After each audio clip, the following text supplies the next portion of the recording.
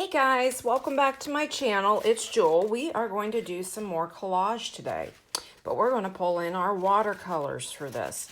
Okay, what I have used for these, I'm making collaged postcards, and you can do this any way you want, but I'm using these Strathmore watercolor postcards to do this. And I bought these in a 3-pack. Oh, let me show you the back of them. So they look like this. So you can actually place a stamp on them. But I'm making them to go into my journals. Also, another thing is just to take plain, let me see, I've got one here, plain watercolor paper and cut it down to 4 by 6 inches, and you have a postcard size. You can get cheap watercolor paper because you're going to actually be covering up a lot of this. Okay, what you're going to need, and let me show you these real quick so you can see what I've made. So we have this one. She's the focal point there. If you watched my last one of making tags, this will make more sense to you. Of course, the teacup is a focal point there. I've got some crystals on that. Okay, so this one. I have some, vertical and some horizontal. This one, and this says sure to grow right there. This one, whoops, I'm realizing I'm not quite in frame. I'm going to try to pull this back this way. There we go.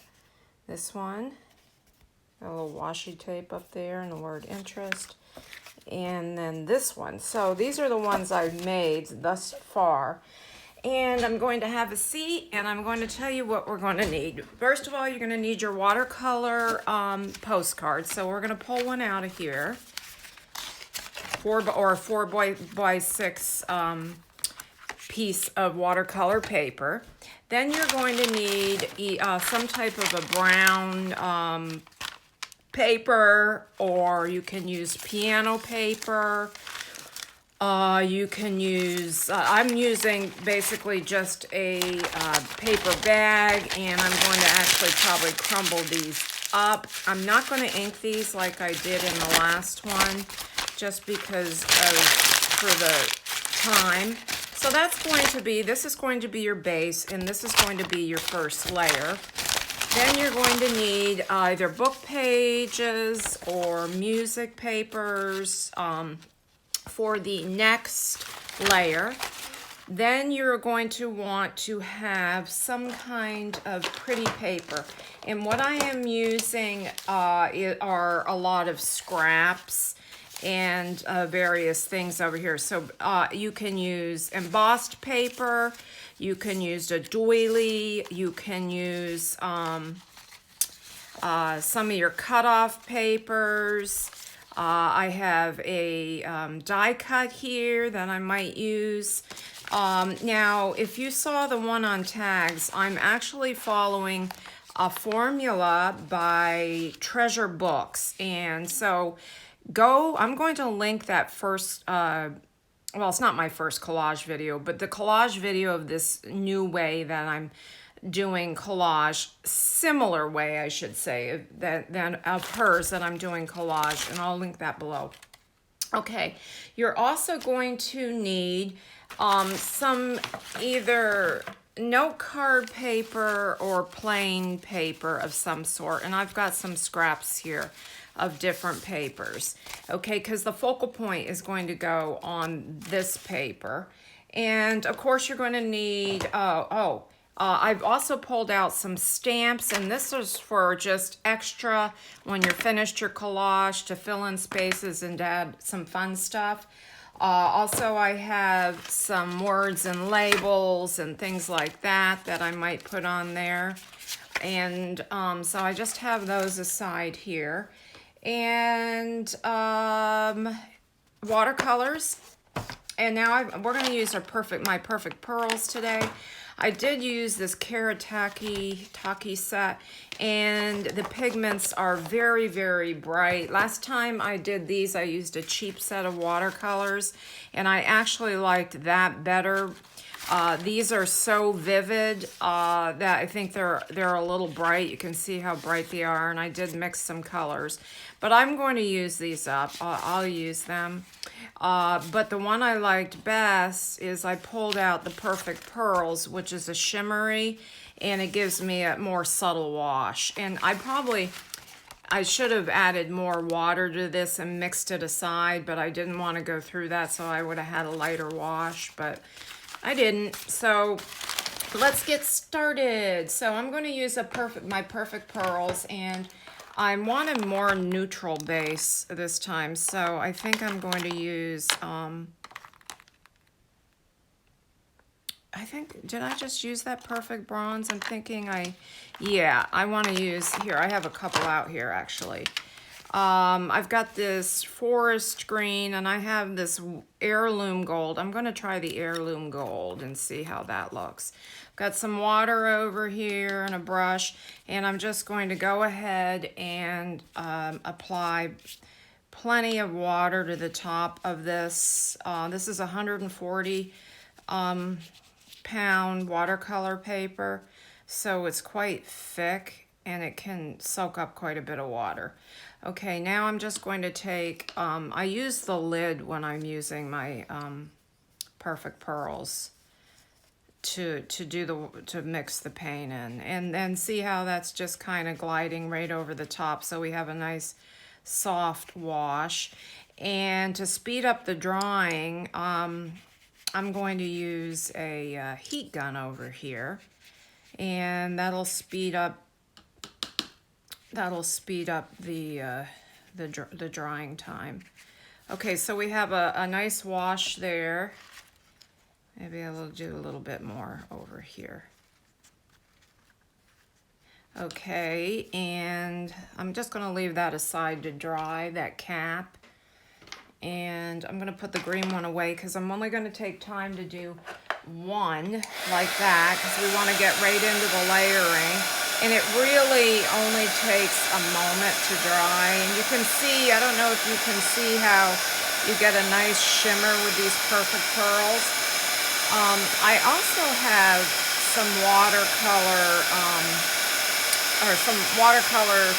paints that are a shimmery color.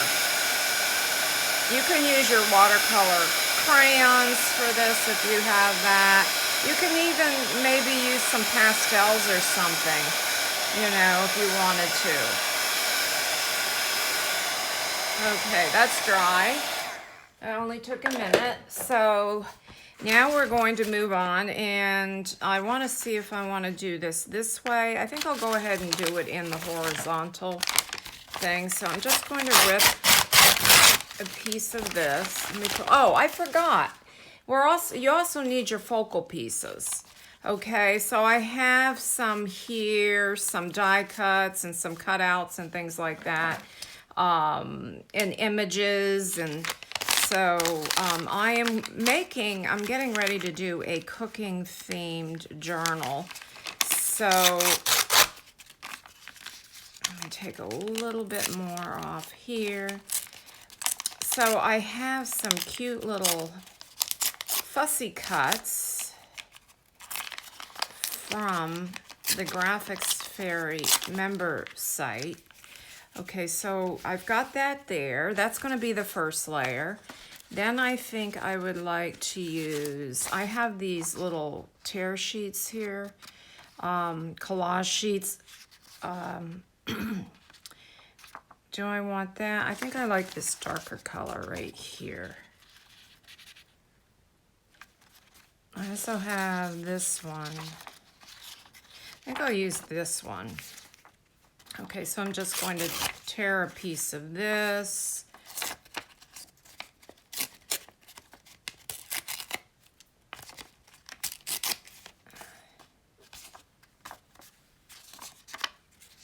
Lay that there, I think. I'm going to take my ruler. And actually, this is a little bit too, there, that's a little bit better. Okay. Then I want my pretty paper. So I've got some really, this is awful pretty, isn't it? Let me show you what I'm thinking for because I'm going to be making this cooking journal. This is too big. This little beater is cute. So I might use that. But I want to use this paper because it's so pretty. And I'll look through my items over here to see what looks best on that. So I'm going to take a piece of pretty paper here.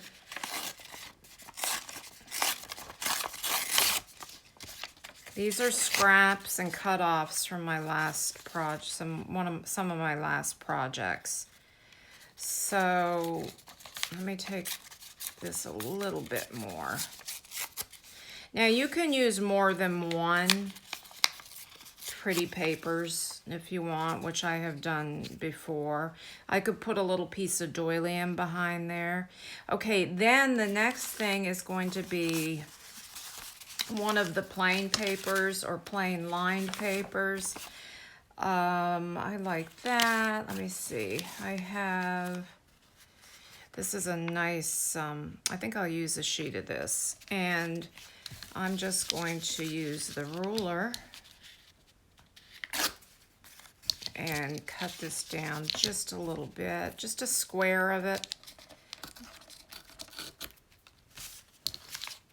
Okay, so that is going to go somewhere over here probably. And then we will, we're going to ink all of these, and then we're going to add our inking. We're going to ink them, and then we're going to add the glue and put them down the way we want to put them down. Let me see. I have this. I think I'll just use, I think I'll use the Vintage Photo Distress Oxide. And I hope this video is coming up. You know, I still feel like I could go this way a little bit. Pretty good because it's so dark out there today. It has been pouring for 2 days. We have a little lake behind our house, and the water level is really high, super high. So I'm hoping that water management lets it out a little bit sometime today, because we are in hurricane season down here. So you never know when a hurricane's gonna pop up. And flooding is always the big thing with that, because our house is very sturdy, very, very sturdy. So we're not worried really about it blowing down or anything like that. It's concrete, poured concrete blocks. So, but the biggest thing is the flooding with that. And losing your electricity. We've been through so many over the years. It's like pretty crazy. We've lost fences. We've lost a roof in the years past. And okay, I think I'm going to just go ahead and start putting these down. So I think we'll start like that.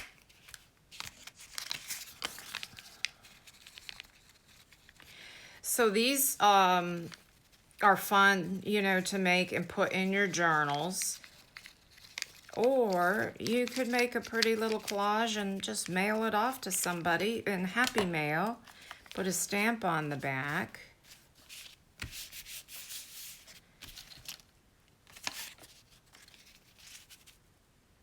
Yeah, I like that. So I'm only going to do one of these today because for the time level, I don't really have a lot of time today, but I did make these over the weekend and I wanted to share them with you. And then I'll come back and show you all the ones that we did. Okay, I think I'll do it that way. And in past collage and stuff, I've used a lot of, you know, fabrics and laces and different things like this, like that. So I will go back and do some of my original type collages, but I'm kind of enjoying her formula And you know, my take on her formula right now. Did I ink this? Yes.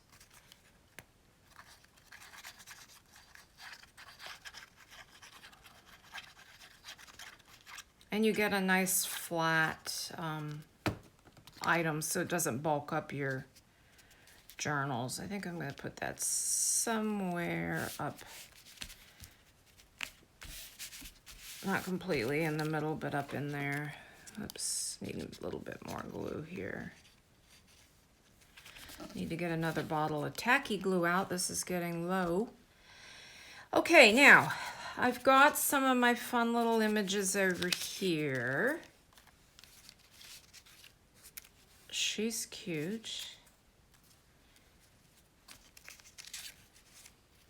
I don't really love that.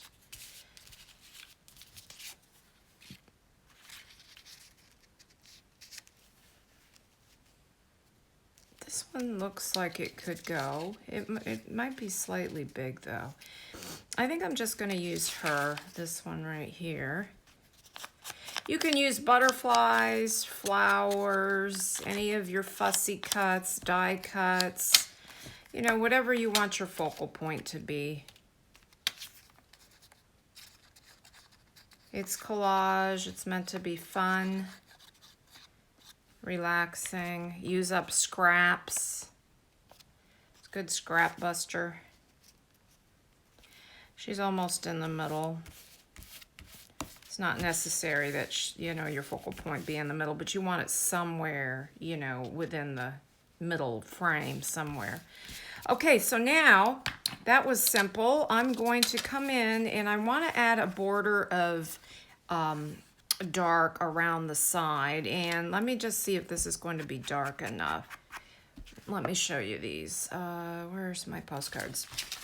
I came in and I added ink that coordinated with the paint around the edges, just so the postcard pops. So you can see I have a little darker green here.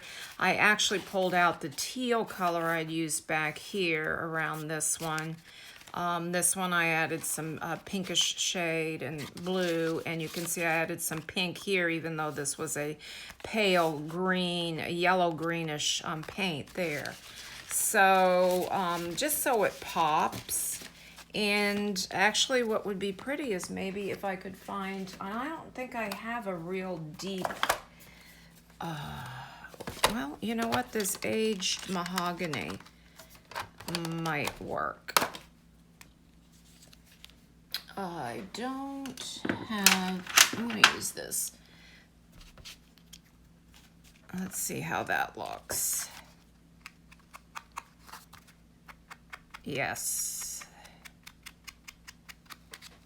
So that brings in this color. And actually, I probably should have done that around my focal image. This color would have been great. And since this paper, this watercolor is still slightly damp, I can feel it. It kind of pulls the paint down, or pulls the ink in where you get it almost looks like it's running a little bit. So that's nice. Now we have some empty spots here that I feel like we need to, and I'm going to leave this ink out because I might use that for something. So I have some stamps over here. I also have some words. This word, I was thinking about cutting that word special out, but I think it's too big. Found objects this time. Autumn breeze, I like that. These are from limited edition. Hello Friend, let's do that one. Junk with Steph. Her words and labels from her words and labels kit. So, all right, or happiness. I like Hello Friend. So I'm just going to cut that out. And you know what I might do with this? I think I'm going to take that same color ink and go right around the side.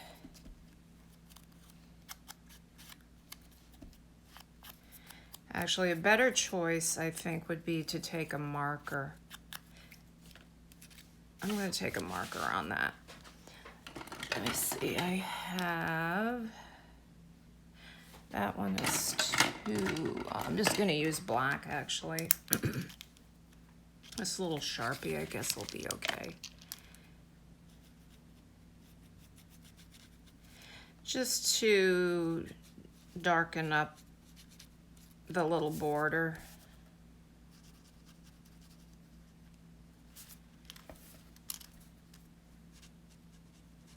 Washi tape is fun for these. You can put a little washi tape in at the end. We might do that. Okay, so that's better. And we want to put this somewhere.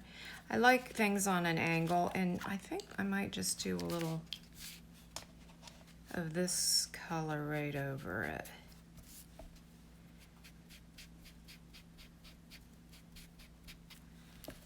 Okay, so there or right here. I think I'll put it down here. And then we might do a little stamping or a little washi up there.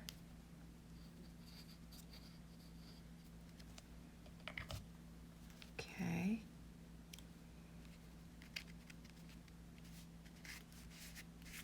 Okay, so that's what we have so far. We could do a little something up there. Let me take a look at my washi tapes. I do have some of these. I like this one here. I really don't want any florals or anything. This says carte postale, so it's like a Paris theme. And I'm going to take this part off because you can't really see that.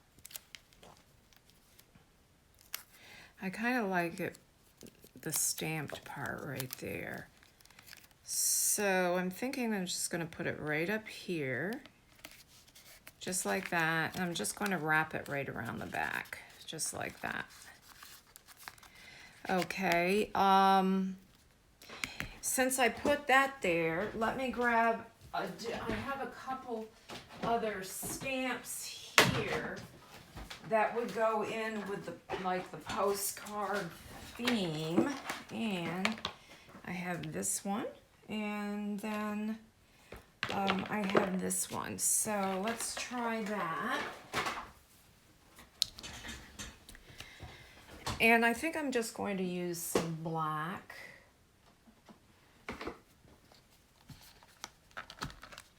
My archival ink. I think I'm going to put that over there.